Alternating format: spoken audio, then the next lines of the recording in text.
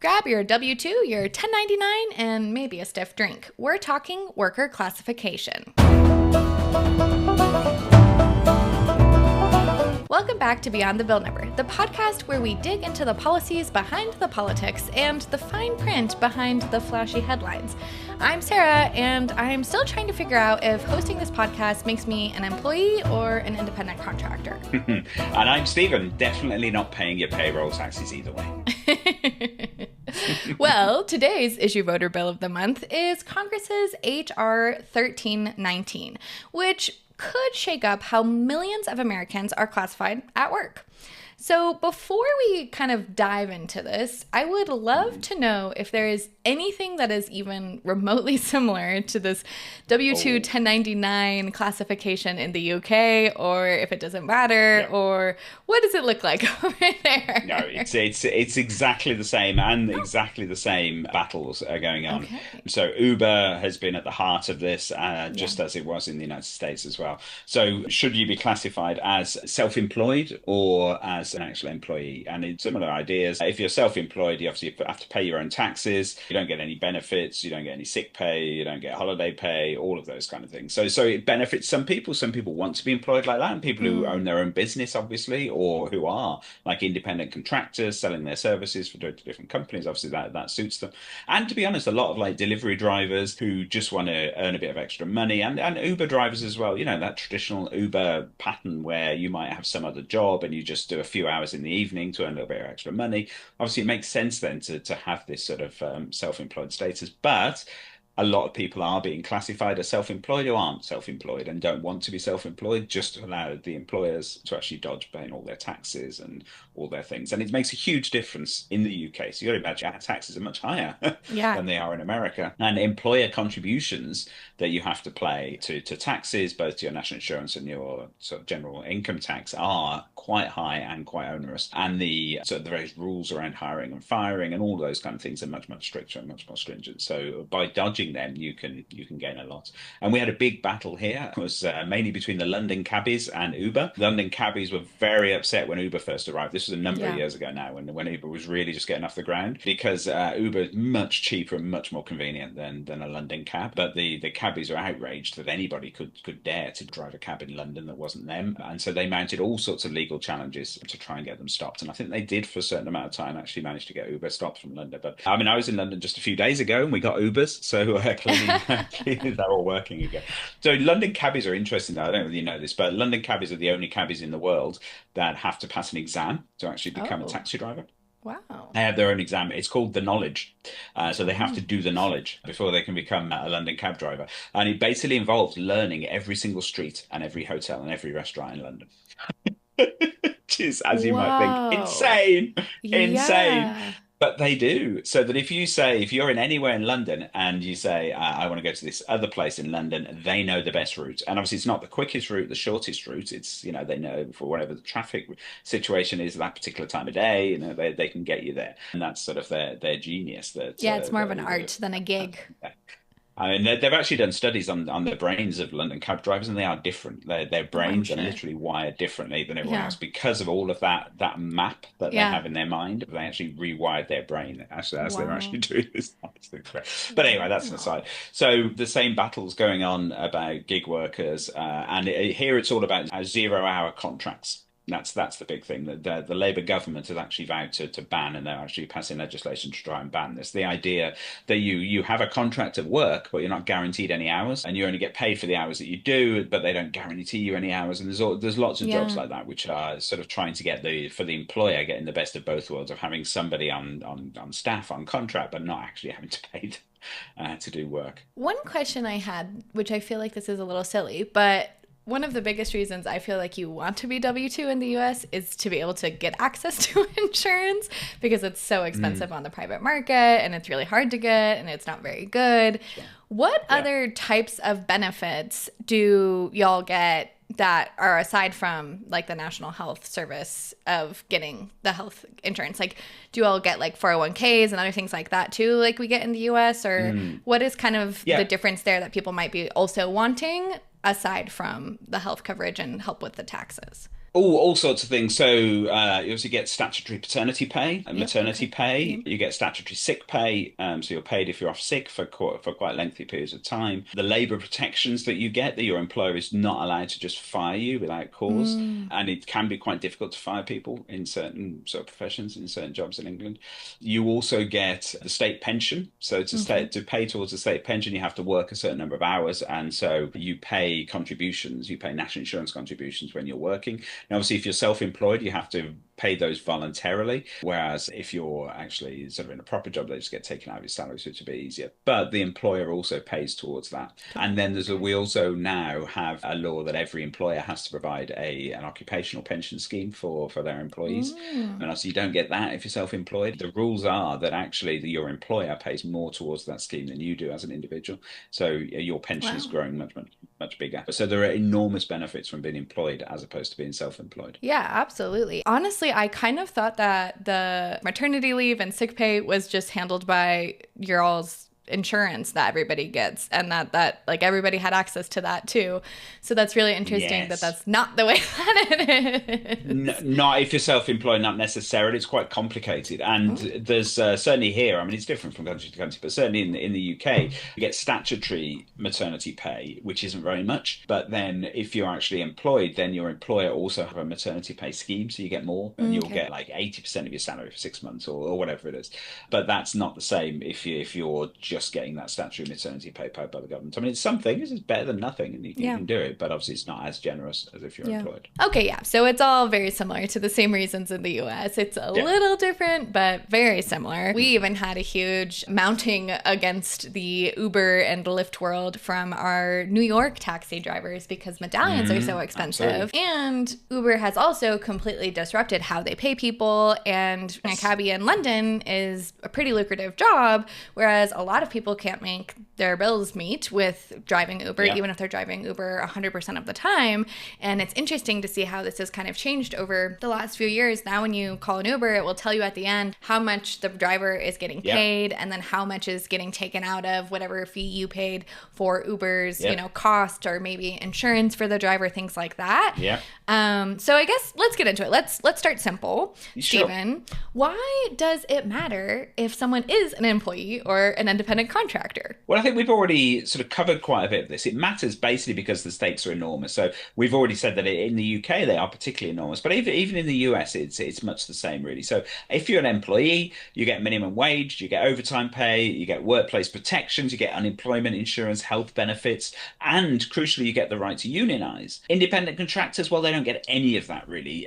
They have freedom, flexibility, and a tax bill the size of a Tesla Model 3. So, there's those advantages, certainly. So employers save around 20 to 30% on labor costs by classifying people as contractors, which is why this misclassification has become such a massive loophole. And that's why some of the states, at least, are trying to address this and close those loopholes. Okay, so we found more loopholes. Surprise, surprise. And HR 1319 isn't necessarily closing these loopholes. It seems like it's kind of ripping them wide open. So, what's in this bill and why are people calling it a game changer? Well, it is a game changer, really. It's the biggest proposed change to federal worker classification in decades. It's sponsored by Representative Kevin Kiley of California with 15 Republican co-sponsors, and HR 1319 would make it dramatically easier to call workers contractors. It passed out of committee in 1916 along party lines. So, it might have some legs here. It all depends whether, obviously, the Republicans decide to push it or not. So the bill basically sets up a restrictive two-part test. If the hiring company doesn't directly control how the work is done, and if the worker has entrepreneurial opportunities like taking on risk or exercising judgment, then boom, they're a contractor. And even more controversially, HR 1319 forbids courts and regulators from considering other common sense factors like whether the company sets deadlines, requires safety standards, or mandates any kind of insurance. All the indicators that are generally right now used to tell if somebody is really an employee. All of that off the table. Wow. Okay. So supporters of this say it's about freedom. Opponents say this is about stripping protections. What are people on each side arguing? Yes, yes. I mean, that's basically in a nutshell, isn't it? So, committee chair Tim Walberg says it's about protecting workers and small businesses from bureaucratic overreach and giving people more independence. Obviously, very, very common, quite sort of sympathetic argument that the Republicans tend to put Very forward. American. Stripping away, yeah, absolutely, strip away. No, but it's you know it's a good argument. Certainly, if you look at the UK, look at how difficult it is to set up a business here, how difficult it is for small business in particular to employ people, which really stifles innovation and stifles that sort of entrepreneurial spirit. You can see anybody who's trying to set up a business here would be very sympathetic to the idea of stripping away bureaucratic overreach and getting rid of some of that red tape. But Democrats like Bobby Scott warns that it's a race to the bottom by removing this basic wage safety and union protections. And Marie Riverton at the Coffee Man Chronicle pointed out another kicker, really. HR 1319 also changes the National Labour Relations Act. And that means that if you're reclassified as a contractor, you lose all rights to collective bargaining. No unionising, no grievance process, no strikes. Okay, that's huge. And I've also seen some Republicans raising their eyebrows. Yes, yes. So some generally traditionally sort of conservative organizations, such as the Owner-Operator Independent Drivers Association, have warned that the bill goes too far, even for them, really. So, for example, under HR 1319, if a trucking company requires seatbelts or safety inspections, that can't be considered evidence of control, which makes it sound like the safety itself is optional. Which trucking companies aren't going to want that, really. This is the federal picture. But what are states doing? Haven't some of them also been running their own kind of experiments in the place? Yes, absolutely. In that classic American fashion, the states have basically been laboratories for worker classification law. And the results, unsurprisingly, come out very polarized between your red and blue America in a really high contrast here, in a way that you might expect with this particular topic. So on the pro-worker side, you have states such as California, of course. California's AB5 back in 2020 was the big one, really. It's the one that most people, I think, will know if they know any of these laws. It created the ABC test. So that says in California, you're an independent contractor only if A, you're free from control by the hiring entity. B, you do work outside the usual course of business, and C, you have your own trade or business. So that middle prong, particularly outside the usual course of business, is what really nailed those gig companies, because driving people is Uber's entire business, and the people who are employed are drivers. So it's very, very difficult to make that argument that Uber drivers should be independent contractors in any way. And the fight over AB5, which did pass, led directly to Prop 22, which we'll talk about later. Yeah, I remember that whole shebang about the Uber drivers and the Uber being so upset that they had to classify them as employees, and everybody was like, but they are your employees. I don't understand. Yes, I know. But it just comes back to the fact that the Uber business model does not work, actually. It's great for consumers. It's great for people who want to get taxis and not pay very much and have a super convenient service, but it doesn't work to actually make money for Uber or the drivers in particular. So this is all part of their ongoing battle to say, okay, now we've got 100% of the world taxi market. How are we going to actually make some money out of it? Right. And they're not going to do that if they have to suddenly start paying health benefits. Nope. All right, what's next? Okay, well, New York is another good example here. You have S5026 back in 2023, which was called the Freelance Isn't Free Act. Catchy title. It requires companies to give freelancers written contracts for work over $800 and guarantees payments within 30 days. If the company pays late, the freelancer can recover double damages. So it's modeled after a similar New York City law that's been on the books since 2017. So it's sort of a slightly different approach there, but another way of saying, okay, if you are a contractor, if you are a freelancer, let's provide you with some of these guarantees that you would expect if you're actually a contracted employee. Very interesting. Then you have Washington State. So in Washington, you had HB 1570 in 2024 last year, and this carved out a unique path for rideshare drivers in particular. So they're still classified as independent contractors, but the state created a special benefit structure for them. They get paid family leave, access to workers' comp style insurance, but without actually being classified as those dreaded employees. So a hybrid model, which Uber and Lyft actually supported because it gave them clarity. And I think they realized that they were on a bit of a sticky wicket with claiming that their drivers weren't really employees. Not the sticky wicket. Absolutely, definitely. Very sticky wicket. Um, then Illinois has gone all in. So Okay. first they had the Freelance Workers Protection Act back in 2023. This guaranteed contracts and penalties for late payments, similar to the New York Yeah. approach, actually. Then Illinois also passed a constitutional amendment back in 2022 protecting workers' rights to organize and bargain collectively. So that means even if federal law weakens unions, Illinois workers should still have this state level protection because it's in their constitution. Okay, that all sounds very interesting. What about Yeah. the kind of pro-business side of the house? Okay, so if we move across to redder America, then in Florida, we have SB 542 back in 2022. This said that if a company provides contractors with emergency help, such as, say, PPE during a hurricane or a health emergency, that alone would not classify them as employees. So basically, it shields companies from being punished for being nice, which, Mm, you can look at it either way, can't you? You can say, okay, otherwise the companies wouldn't provide these kind of things, so now they right, will provide these kind of things. So right. it's not necessarily a totally terrible law, depending on which direction you look at it. Yeah, okay, so Massachusetts then is not a state you would normally associate with sort of rabidly conservative policies. But back in 2023, with H2129, they tried to roll back the state's strict ABC test and move Mm, forward towards a looser sort of federal style test. So really tried to ramp this one down. But the unions pushed back hard, as you might expect, and the bill stalled in committee. okay, okay. And then, as promised, let's talk a little bit about California's Prop 22 in 2020. Now, this was basically Uber, Lyft, and DoorDash fighting back against AB5. They realized that this was going to absolutely cripple them. They'd really, really struggled to make any money. California, a huge market for them, obviously. So they poured over $200 million into a ballot measure Wow. to exempt app-based drivers from employee classification. And voters approved it. It worked. It was one of these sort of iconic examples of how big business can actually pour enough money in to persuade voters to actually vote for things that perhaps they hadn't really thought very much about before. So the drivers got limited perks like a healthcare stipend and guaranteed minimum earnings per trip, but they remained contractors. Interesting. Um, Very interesting take there.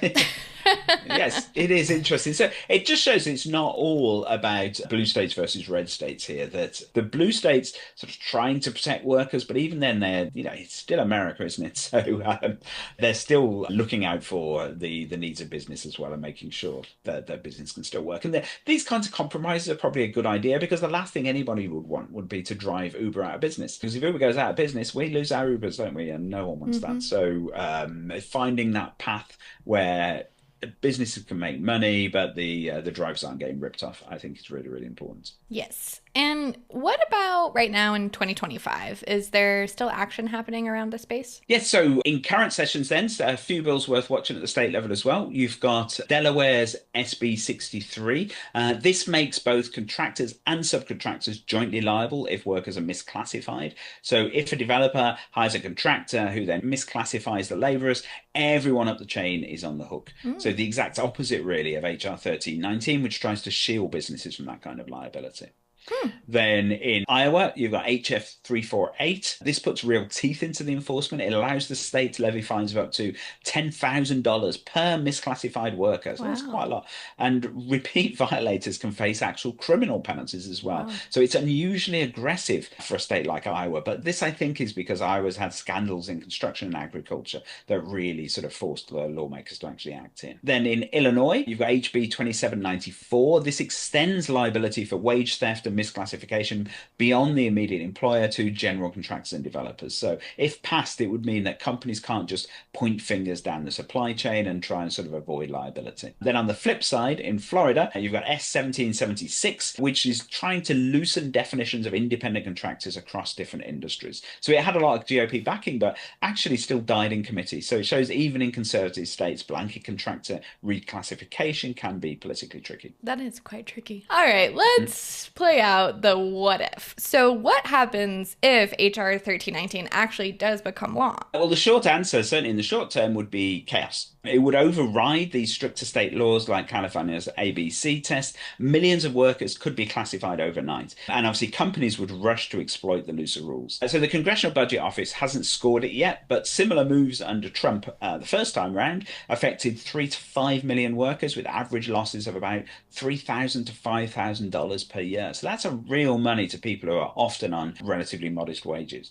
And then, of course, there's the political fallout. States would sue immediately, arguing federal overreach. Unions would launch massive campaigns. Meanwhile, gig companies would throw champagne parties. And, of course, the lawyers would make bank with all these lawsuits. But the deepest impact were this bill to actually become law and then to weather all of the various legal challenges and the various unrest around it. It could fundamentally change the American social contract around work, shifting further towards a real super flexible gig style economy where security, healthcare, retirement benefits just aren't tied to jobs anymore. So then they're tied to nothing and we don't have it all.